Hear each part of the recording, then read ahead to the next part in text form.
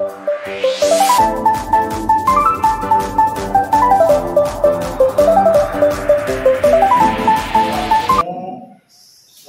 yang terbaik bagi kami. Walaupun kami tidak mengerti saat ini ketika kami menantikan jawaban-jawaban daripadamu, kami percaya Tuhan mendengar setiap kami masing-masing. Dan pada pagi hari ini ya Bapa, kami datang untuk mendengarkan firman Tuhan. Kami merindukan Engkau berbicara kepada kami, menolong kami, memberikan kepada kami hikmat dan pengertian, mengubah kami, membentuk kami seturut dengan firman-Mu.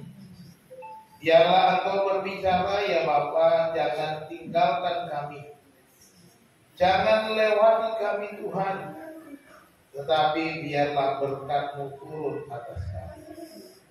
Berbicaralah ya Tuhan, kami semua siap mendengar. Di dalam nama Tuhan Yesus Kristus kami berdoa. Haleluya. Amin. Silakan duduk. Selamat pagi semuanya. Shalom. Puji nama Tuhan. Ini masih banyak yang nggak hadir. Kemana semua ya? Mesti diabsen. Baik Bapak Ibu Saudara-saudara dikasih Tuhan. Hari ini saya berbicara tentang pertobatan sejati. Ya, khotbahnya tentang bagaimanakah atau apakah yang dimaksud dengan pertobatan yang sesungguhnya. Dengan demikian kita mulai mengoreksi diri. Apakah kita juga sudah benar-benar bertobat? Mari kita belajar bersama-sama. Kita tahu bahwa Yesus datang ke dunia untuk mencari dan menyelamatkan yang hilang. Di dalam Matius 19 ayat 10 Yesus berkata, sebab anak manusia itu datang untuk mencari dan menyelamatkan yang hilang. Siapakah orang-orang yang terhilang itu? Kalau kita belajar dengan orang-orang yang terhilang itu adalah orang-orang yang tersingkir, orang-orang yang terpinggirkan, orang-orang yang dianggap tidak layak, atau juga disebut orang-orang yang tertolak. Tertolak di lingkungannya, tertolak di masyarakatnya, tertolak mungkin karena dia dianggap berbeda dengan lingkungan di sekitarnya, tersingkir dan tertolak oleh karena dia tidak sama dengan keluarganya. Dan seringkali penolakan itu terjadi oleh karena kesalahan-kesalahan, oleh karena perbuatan-perbuatan yang komunitasnya, keluarganya, lingkungannya tidak menghendaki, sehingga mereka menyingkirkan atau menolak orang tersebut. Bapak Ibu dan Saudara dikasih Tuhan, Yesus juga berkata, berbahagialah orang yang haus dan lapar akan kebenaran. Yesus juga datang untuk memuaskan kita yang haus dan lapar akan kebenaran. Siapakah dia orang-orang yang haus dan lapar itu? Orang-orang yang terus-menerus mencari-cari kebenaran. Orang yang haus itu orang yang merindukan kebenaran. Itulah orang yang haus dan lapar akan kebenaran. Sama seperti seorang haus akan minuman atau lapar akan makanan, dia akan berusaha mencari. Dia akan berusaha mendapatkan makanan dan minuman agar membuat dia melepaskan dahaganya dan membuat kenyang perutnya. Demikian juga orang-orang yang haus dan lapar akan kebenaran, orang-orang yang benar-benar terus-menerus mencari dan merindukan kebenaran itu. Kita akan melihat ya, bahwa Zakeus ketika dia mendengar Yesus lewat, dia pun ingin tahu seperti apa Yesus itu. Dia pun berusaha untuk melihat Yesus. Kita semua sudah pernah dan sering mungkin mendengar Zakeus badannya lebih pendek daripada orang-orang sezamannya, saudara-saudaranya, sebangsanya pada waktu itu. Karena badannya lebih pendek sehingga kalau dia berdiri di belakang, dia tidak bisa melihat Yesus yang lewat karena banyaknya kerumunan orang. Sehingga ketika dia melihat ada sebuah pohon di pinggir jalan di mana Yesus akan melintas, maka dia pun berinisiatif memanjat pohon. Dia memanjat pohon karena ingin tahu, dia mencari, dia haus dan lapar akan kebenaran. Sehingga dia memanjat pohon ara dan ingin melihat Yesus yang lewat tepat di sisi atau di jalan di mana pohon itu berada, di sisi jalan itu. Tapi saudara yang dikasihi Tuhan, dan dalam peristiwa itu, ketika Yesus lewat di samping pohon itu, kita melihat, kita belajar, kita akan membuka Injil Matius pasal 19, langsung ke Injil Matius pasal 19 ayat 5 sampai 8. Kita melihat adegan selanjutnya ya, ketika Yesus melewat. Dikatakan demikian, ketika Yesus sampai ke tempat itu, ke tempat di mana Zakeus ada di atas pohon, dia melihat ke atas dan berkata, "Zakeus, segera turun, sebab hari ini aku harus menumpang di rumahmu." Lalu Zakeus segera turun dan menerima Yesus dengan sukacita. Tetapi katanya, tetapi semua orang yang melihat hal itu bersungut-sungut, katanya, ia menumpang di rumah orang berdosa. Tetapi Zakeus berdiri dan berkata kepada Tuhan, "Tuhan, setengah dan milikku akan kuberikan kepada orang miskin. Dan sekiranya ada sesuatu yang kuperas dari seseorang, akan kukembalikan 4 kali lipat."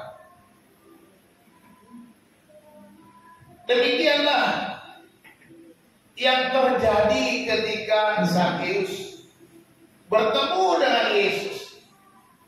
Zakeus tidak menyangka bahwa Yesus akan menegur dia, menyapa dia, memanggil namanya, "Zakeus, segeralah turun, sebab hari ini aku harus menumpang di rumahmu." Zakeus hanya ingin melihat seperti apa orang, apakah Yesus itu. Tetapi Yesus tahu kerinduan dari Zakeus, sehingga ketika Yesus sampai di tempat di mana Zakeus ada, Yesus memanggilnya, Yesus menyapanya, Yesus menegurnya dan berkata, "Aku mau menumpang di rumahmu." Ini sebuah kejutan. Kenapa? Seperti kita lihat di dalam ayat-ayat itu tadi, ayat yang ke-7, orang-orang yang melihat, orang-orang Farisi merasa, orang-orang Yahudi merasa bahwa mengapa Yesus mau menumpang di rumah orang berdosa. Zakeus merasa dia orang yang berdosa, ya.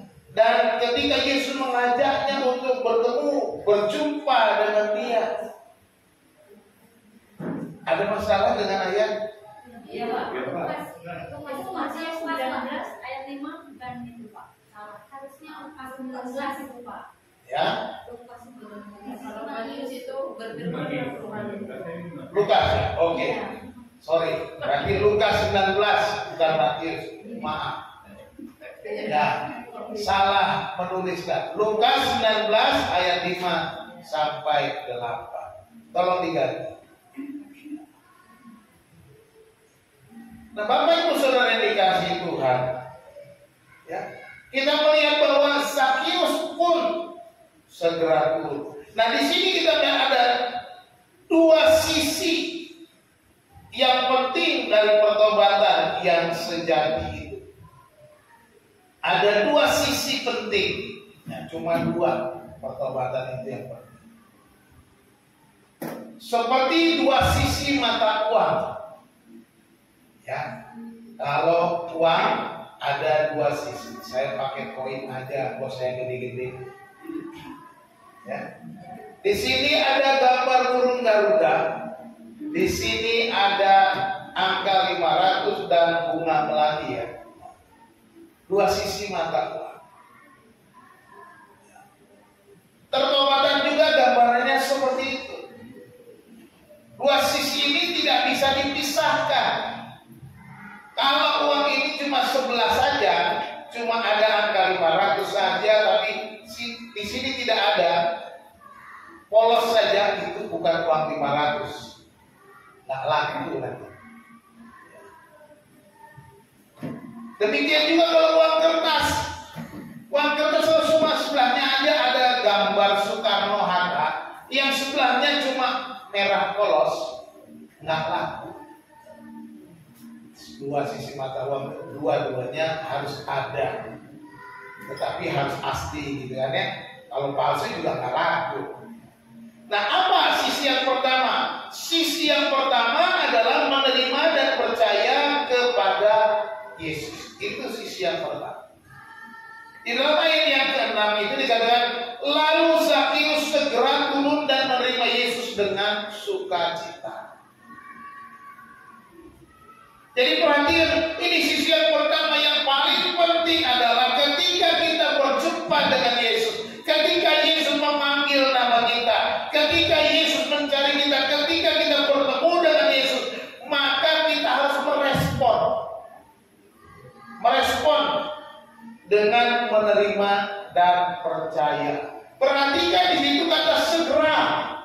Ini berarti Zakius tidak menunda-nunda waktu. Zakius tidak berpikir-pikir, apa iya, apa benar Yesus ini menyuruh aku turun. Jangan, nanti aku dilempari orang, nanti aku dimarahi orang banyak, karena aku selalu dimusuhi orang yang tertolak, orang yang terpinggirkan. Tetapi apa yang terjadi? Justru Zakius segera turun dan menerima Yesus dengan sukacita. Jadi kunci menerima Yesus itu tidak menunda waktu. Jangan tunda-tunda waktumu bertemu dengan Yesus. Dia selalu mengetuk hatimu. Firman Tuhan dalam Wahyu 3 ayat 20 katakan apa? Lihat, aku berdiri di muka pintu dan mengetuk. Barang siapa membukakan pintu, aku akan masuk dan tinggal bersama dengan dia, makan bersama-sama dengan dia. Yesus selalu mengetuk pintu hati kita. Yesus selalu berusaha untuk masuk di dalam kehidupan kita. Kita harus segera membukanya. Jangan menunda-nunda waktu. Artinya kita juga tidak menerima dengan sukacita. Artinya kita juga harus membuka diri kita. Jangan tutup diri. Kalau kita sungguh-sungguh mencari Yesus, sungguh-sungguh merindukan Yesus, sungguh-sungguh mencari kebenaran, ingin dipuaskan dengan kebenaran, maka kita jangan menunda waktu. Kita harus membuka diri dan kita harus melakukannya dengan penuh sukacita. Seperti Zakius. Zakius bersukacita karena apa? Justru dia merasakan kelegaan luar biasa. Biasanya ketika ada ahli agama datang kepada Zakius, akan mencibir orang berdosa. Perhatikan, ada sebuah perumpamaan Tuhan Yesus tentang orang Farisi dan orang pemungut cukai pergi berdoa. Orang Farisi berdoa, Tuhan, aku bersyukur kepadamu sebab memungut cukai itu. Dia menghakimi. Tetapi sang pemungut cukai dia pergi jauh-jauh. Dia berani, dia berkata, wah, di dalam hati, nggak berani teriak. Ampunilah aku orang berdosa. Ampunilah aku orang berdosa, ini katanya di dalam hatinya. Berbeda. Kalau zaman sekarang mah beda. Kalau ada pemungut cukai kaya raya, pendeta-pendeta juga mulai dekat-dekat. Itu zaman sekarang. Zaman dulu mah beda. Orang Israel, orang Farisi lihat pemungut cukai, orang berdosa, nggak mau terkontaminasi dengan dosa. Tapi orang zaman sekarang senang terkontaminasi dengan dosa, hidup dalam dosa. Jadi hati-hati. Pepatah ada gula ada semut terjadi. Di mana ada duit di sana orang berkerumun. Sekalipun duitnya hasil korupsi, semua orang berkerumun.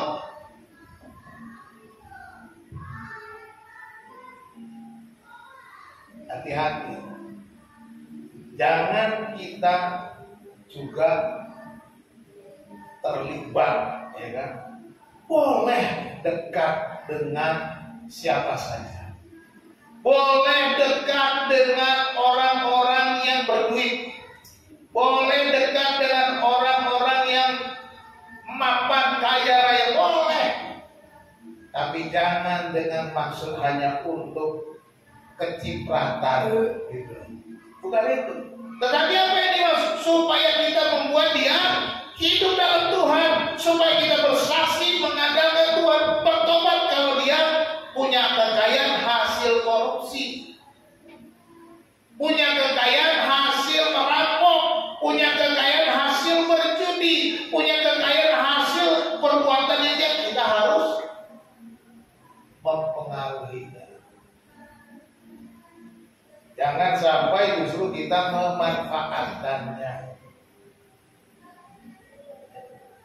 Jadi dari satu sisi orang Farisi salah karena dia merasa paling suci, sehingga tidak mau bergaul, akhirnya orang-orang pemungut cukai semuanya tetap di dalam dosanya.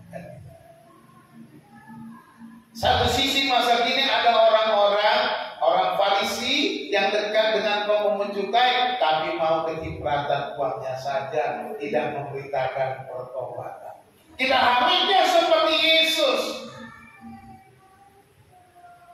Ketika dia bertemu dengan Zakius, kita harus memiliki hati Yesus dan berkata, Zakius, aku mau menumpang di rumahmu. Yesus datang mau menumpang di rumah Zakius, bukan mau mencari makan, bukan mau mencari minum, bukan mau mencari hormat, bukan mau mencari uang dengan Zakius, tetapi Yesus tahu bahwa Zakius memerlukan pertolongan, bahwa Zakius adalah orang yang sakit, bahwa Zakius adalah orang yang memerlukan tabib.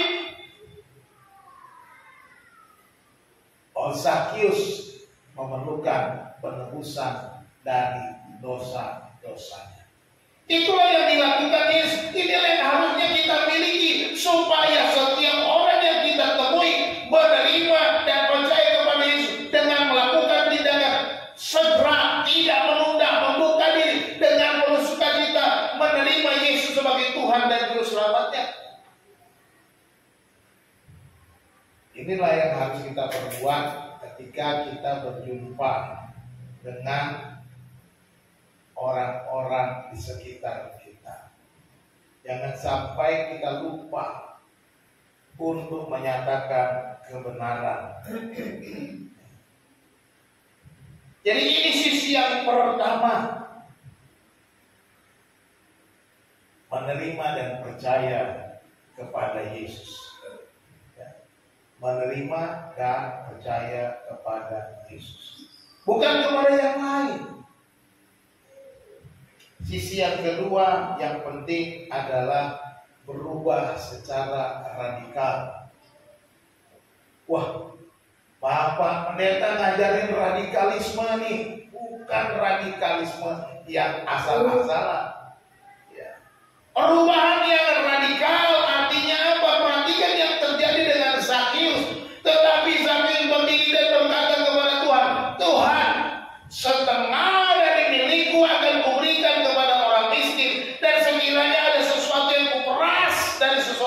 akan kukembalikan 4 kali lipat. Ini perubahan radikal. Sakeus yang tadinya tukang beras, Sakeus yang tadinya merampok uang rakyat, Sakeus yang tadinya koruptor, Sakeus yang tadinya mencari kekayaan, keuntungan dengan cara yang keliru, tetapi dia berkata, hari ini setengah kekayaanku akan kubagikan kepada orang miskin. Dan tadinya tidak pernah memperhatikan orang miskin, yang tadinya tidak pernah memperhatikan orang miskin, yang penting aku kaya, yang penting aku punya kedudukan, yang penting aku punya kekayaan harta berlimpah, itu cukup. Tetapi berubah secara radikal. Itu yang saya maksud radikalnya. Bukan radikal lalu kita membenci orang, perang-perangi orang, bukan yang itu. Bukan radikalisme kita membunuhi orang-orang yang tidak sama dengan kita. Tetapi kita berubah secara pribadi, secara 180 derajat, berubah total dari apa yang dulu kita lakukan menjadi berubah, tidak melakukannya kembali. Bahkan dikatakan, kiranya ada yang kuperas. Ya. Kalau ada orang yang kuperas, akan kukembalikan 4 kali lipat. Dia mau menyerahkan harganya 4 kali lipat dari orang-orang yang pernah diperasnya. Kalau ada orang yang diperasnya 4 ekor lembu, maka dia harus kembalikan 12 ekor lembu. Kira-kira begitu. Ya, nggak bicara uang, mungkin domba, lembu, sapi dan lain sebagainya. Mungkin ada yang diperas beberapa dirham, 100 dirham, maka dia kembalikan 400 dirham. Itu yang dilakukan oleh Sakeus. Perubahan di dalam hati, tekad di dalam hati untuk berubah secara total. Tidak lagi memikirkan diri sendiri, tidak lagi mementingkan kekayaan, tidak lagi mementingkan harta, tidak lagi mementingkan apa yang perlu bagi dirinya, tetapi dia mulai berubah balik 180 derajat, memperhatikan orang-orang yang sudah dilukainya, orang-orang yang disakitinya, orang-orang yang diperasnya, orang-orang yang sudah pernah dianiayanya oleh karena kekuasaannya, oleh karena jabatannya sebagai penunjuk kaya. Kadang-kadang kan begitu, dia kirim debt collector. Seperti kalau zaman sekarang ada debt collector. Zaman dulu waktu saya masih kontrak di Karangtengah Permai, ada datang debt collector ke rumah saya. Pagar terbuka, pintu tertutup, yang masuk aja dari belakang. Debt kolektornya rupanya menagih apa tuh, kartu kredit almarhum adik saya, Pak Rusman. Wah, marah-marah. Duduk. Saya bilang, apa urusan saya? Saya bilang, ya. Seperti itu, seolah-olah mau menekan. Mungkin juga terjadi seperti zaman ini kepada orang-orang di bawah kuasa Sakeus. Itu tagih sana, nggak bayar, ambil semua barang-barangnya di rumah. Kalau zaman sekarang, ambil TV-nya, ambil motornya, ambil mobilnya, ambil isi rumahnya. Kalau dia nggak mau bayar, kejam. Ya. Tetapi ini yang dikatakan oleh Sakeus, sekiranya ada yang kuperas dari seseorang, akan kukembalikan 4 kali lipat. Artinya kalau ada orang yang diambil surat tanahnya 1, dia akan kembalikan surat tanah 4, kan gitu. Luar biasa. Nah, kita lihat di sini, inilah perubahan secara radikal. Orang yang bertobat sejati, selain dia menerima Yesus, membuka dirinya, menyatakan Yesus di dalam hidupnya, dia tinggal di dalam Yesus dan Yesus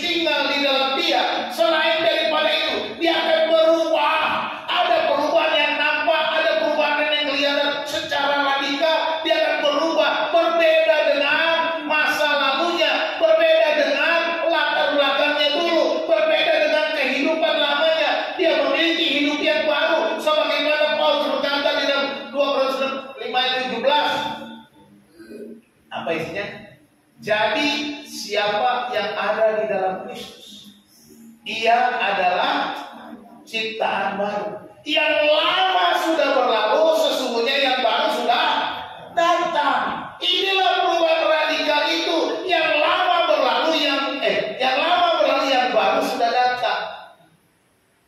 Ini yang harus kita ingat.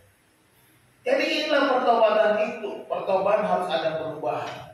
Perubahan yang menunjukkan perbedaan-perbedaan antara masa lalumu dengan masa sekarang. Perbedaan-perbedaan yang menunjukkan bahwa bagaimana kau hidup di luar Tuhan dan hidup di dalam Tuhan. Perbedaan-perbedaan ketika kau tidak mengenal firman Tuhan dengan setelah mengenal firman Tuhan. Inilah perubahan radikal itu. Bagaimana kita menyatakan kasih Allah, bagaimana kita menyatakan kebaikan Tuhan, itulah perubahan radikal itu. Bagaimana kita menyatakan kemuliaan Tuhan bagi dunia ini, damai sejahtera itu turun atas dunia ini melalui perubahan-perubahan di dalam kehidupan kita. Inilah perubahan yang radikal itu, perubahan yang dinyatakan dengan pertobatan sejati. Jangan kita biasa-biasa saja. Saya bersyukur kita bisa memasuki tahun baru 2024. Ya. Artinya kita sudah lewati yang lama. Amin. Kita memasuki tahun yang baru. Mari menjadi GMPB yang berubah secara radikal. Amin. Berubah lebih bersemangat, berubah lebih lagi untuk Tuhan, menyatakan kebaikan Tuhan, menyatakan kemuliaan Tuhan, menyatakan kasih Tuhan sesuai dengan misi kita, menjadi berkat bagi segala bangsa. Inilah yang harus kita lakukan. Pengurus jemaat yang sudah dilantik minggu lalu, mari kita bersama-sama bekerja, bergandengan tangan, membangun gereja yang kuat, utuh, solid, supaya kita menyatakan kemuliaan. Itulah perubahan secara radikal yang harus kita buat. Ya. Kita membagikan kasih Allah itu satu sama lain. Kita melihat kemuliaan Tuhan nyata dalam kehidupan kita, sehingga Tuhan dipermuliakan di tengah-tengah. Bagaimanakah pertobatan sejati itu nampak? Kita kesimpulan, ya cuma dua saja ya. Bagaimanakah pertobatan sejati itu nampak? Yang pertama tadi apa? Menerima dan percaya dengan sukacita. Menerima dan percaya kepada Yesus. Inilah pertobatan yang sejati. Kita jangan berhenti hanya untuk melihat dan mencari tahu, tetapi bukalah hati untuk menerima Yesus dengan sukacita. Sakyus pada mulanya hanya ingin tahu seperti apakah Yesus itu. Tetapi ketika Yesus memanggilnya, Sakyus segera aku akan menumpang ke rumahmu. Dan Sakyus segera turun menerima Yesus di rumahnya dengan penuh sukacita. Jadi jangan berhenti hanya mencari-cari saja, tapi terima dia dengan sungguh-sungguh. Yang kedua adalah perubahan radikal, perubahan kehidupan yang radikal. Penerimaan Yesus di dalam hati dibuktikan dengan perubahan yang sungguh-sungguh, yaitu membalikan pikiran dan tindakan kita 180 derajat. Jadi berubahnya pikiran dan tindakan, bukan hanya pikiran, tapi tindakan. Apa yang kita buat? Seperti Sakyus, dia kiranya pikir dan segera bertindak. Aku akan kembalikan semua orang yang telah kuperas 4 kali lipat. Ini yang dilakukannya. Setelah hartanya dibagi-bagikan kepada orang miskin. Demikian juga kita. Bukan hanya berpikir, oh saya mau berubah. Ya.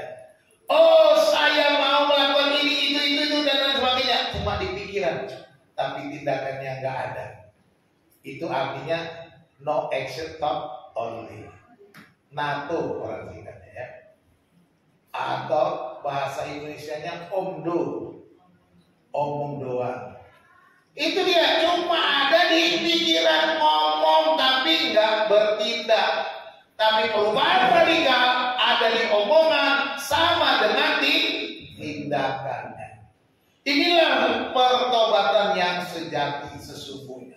Pertobatan yang berasal dari Tuhan, pertobatan yang dikerjakan oleh Roh Kudus. Ingat baik-baik. Sekali lagi, pertobatan yang dikerjakan oleh Roh Kudus. Jadi kalau terjadi perubahan dalam diri Zakheus karena Roh Kudus bekerja, membuka pikirannya, membuka hatinya, sehingga terjadi perubahan yang radikal itu. Tapi seringkali di masa kini kita mengeraskan hati, ya, kita mengeraskan hati. Roh Kudus sudah berbicara, Roh Kudus sudah bekerja, tapi kita tidak mau bertindak. Ini yang sering terjadi. Itu sebabnya kita gagal dalam pertobatan kita. Sehingga pertobatan kita hanya sampai di tahap pengakuan iman saja. Itu sama seperti benih yang diceritakan Tuhan Yesus. Ada benih yang ditabur jatuh di pinggir jalan lalu dipatok burung, tidak tumbuh. Ada benih yang tumbuh di batu-batu, akhirnya kering juga karena banyak batuan. Ada yang tumbuh di semak-semak, tidak bisa bertumbuh karena sudah tumbuh dikerumutin dengan semak-semak, tidak menghasilkan apa-apa. 3 orang ini, ada yang satu pasti gagal, sudah tidak pernah bertumbuh sama sekali. Yang 2, itulah orang-orang yang sudah menerima Yesus tapi tidak mau bertumbuh, tidak mau berubah secara radikal, mengeraskan hatinya, tidak mau bertumbuh oleh karena Roh Kudus sudah mau bekerja. Tapi orang yang menerima Yesus, menerima kebenaran, seperti benih firman Tuhan yang ditanam di tanah yang subur, dia bertumbuh berbuah. Seperti apa yang dialami Zakheus, dia berkata, Tuhan, setengah milikku aku bagikan kepada orang miskin. Kalau ada orang yang kuperas, aku kembalikan 4 kali lipat. Seharusnya tidak ada orang yang bertobat yang tidak bisa berubah secara radikal, karena Tuhan sudah bekerja di dalam setiap petobat-petobat. Tuhan sudah bekerja di hati kita. Tuhan sudah yang terjadilah mengeraskan hati. Kita dihimpit oleh berbagai-bagai kekhawatiran, dihimpit berbagai-bagai macam pertimbangan, dihimpit berbagai-bagai macam kesulitan, dan kita pikir kalau aku tidak melakukan ini, aku nggak bisa makan. Nah ini seringkali terjadi, sehingga kita abaikan.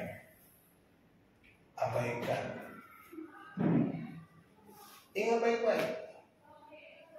Firman Tuhan mengatakan bahwa Tuhan akan pelihara. Firman Tuhan katakan bahwa Tuhan akan mencukupkan. Firman Tuhan berkata akan menguatkan. Firman Tuhan akan mengatakan memelihara. Banyak dari Tuhan. Tetapi kekhawatiran kita lah yang membuat kita tidak bisa melangkah, sehingga kita tidak mengalami perubahan radikal. Seharusnya ketika kita membaca firman, ketika kita mendengar firman dan dikuatkan firman Tuhan, secara pribadi kita harus katakan, Tuhan, aku mau berubah. Aku mau mengalami berkat-berkat Tuhan sesuai dengan firman Tuhan. Aku mau mengalami mujizat demi mujizat tiap-tiap hari sesuai dengan firman Tuhan. Bukan hanya membacanya, wah puji Tuhan firman Tuhan hari ini luar biasa, tapi tidak berani melangkah. Saya ingatkan satu perkara, saya tidak berpikir macam-macam. Persepuluhan kita, ya,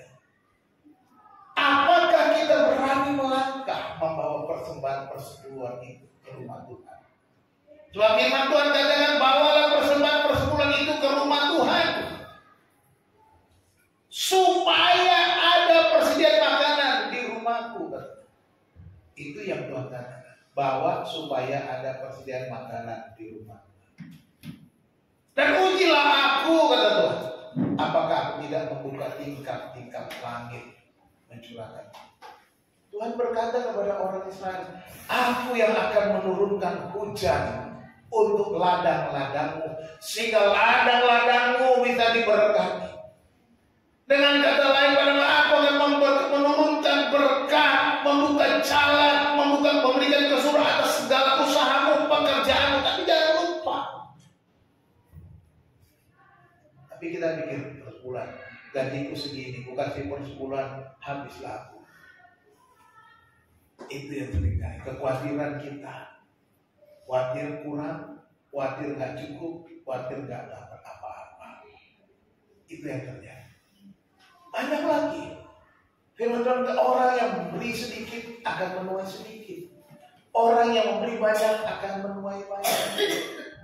Jangan lupa, Tuhan yang memelihara. Semuanya bergantung kepada iman kita. Apakah kita berani melangkah dengan iman? Saat lagi Paskah, kemarin Natal sudah, soal kuat, ya kan? Paskah nanti apa? Bagaimana kita melakukannya? Kita mengucap syukur Natal kita sudah lewati dan Tuhan mencukupkan dengan cara ajaib. Masakan kita khawatir Paskah yang akan kita lakukan? Masakan kita khawatir dengan program pelayanan, pengembangan pelayanan gereja yang akan kita lakukan? Sedangkan ini gereja adalah bait Allah. Gereja adalah tubuh Kristus sendiri. Kita semua itu gereja. Kita adalah anggota-anggota tubuh Kristus. Saya mau tanya, siapa di sini yang tidak memelihara anggota tubuhnya? Ada nggak? Pasti nggak ada. Pasti semua memelihara anggota tubuhnya masing-masing. Telinganya, matanya, hidungnya, tangannya, kakinya, si opung sakit harus operasi. Karena apa? Menjaga tangannya. Sama kata, kalau kita adalah anggota tubuh Kristus, berarti Allah akan memelihara engkau. Amin. Iya. Dia memperhatikan tangannya, kakinya, semua anggota tubuh itu adalah saudara dan saya. Dia perhatikan. Jadi nggak perlu kita takut. Jadi inilah perubahan yang radikal. Mari kita berubah secara total. 2024 ini berubahlah. Jangan lagi seperti yang lalu-lalu. 2023, 22, 20, 21 dan seterusnya ke belakang. Nggak usah lagi seperti itu. Kita mau ingat itu untuk kita mau melakukan lebih lagi. Lebih lagi untuk kemuliaan Tuhan. Amin. Kita berdoa. Bapa di surga, terima kasih untuk kebenaran firman Tuhan dari Zakius yang bertobat, menerima Engkau dengan sungguh-sungguh di dalam hatinya dan alami perubahan dengan berbalik 180 derajat dari sikap tidak peduli kepada sesama menjadi lebih peduli oleh karena kuasa Roh-Mu yang mengerjakannya di dalam hidupnya. Tuhan, ajar kami untuk kami juga boleh mengikuti dalam tuntunan Roh-Mu Tuhan di dalam hidup kami tiap-tiap hari, baik di dalam keluarga kami masing-masing, terlebih dalam persekutuan jemaat-Mu ya Tuhan di tempat ini. Kami boleh saling membangun, saling menguatkan satu dengan yang lain dan melayani satu dengan yang lain. Terima kasih Bapa di surga, biarlah Roh-Mu yang kudus ya Tuhan terus mengingatkan kami, menolong kami Tuhan, supaya kami tidak lupa akan kebenaran-kebenaran firman yang telah kami terima pada pagi hari ini. Terima kasih Tuhan, sekalipun hamba-Mu berhenti berbicara, biarlah Engkau mengingatkan kami tiap-tiap hari. Terpujilah nama-Mu, kami serahkan doa kami hanya di dalam nama Tuhan Yesus Kristus. Haleluya. Amin. Amin.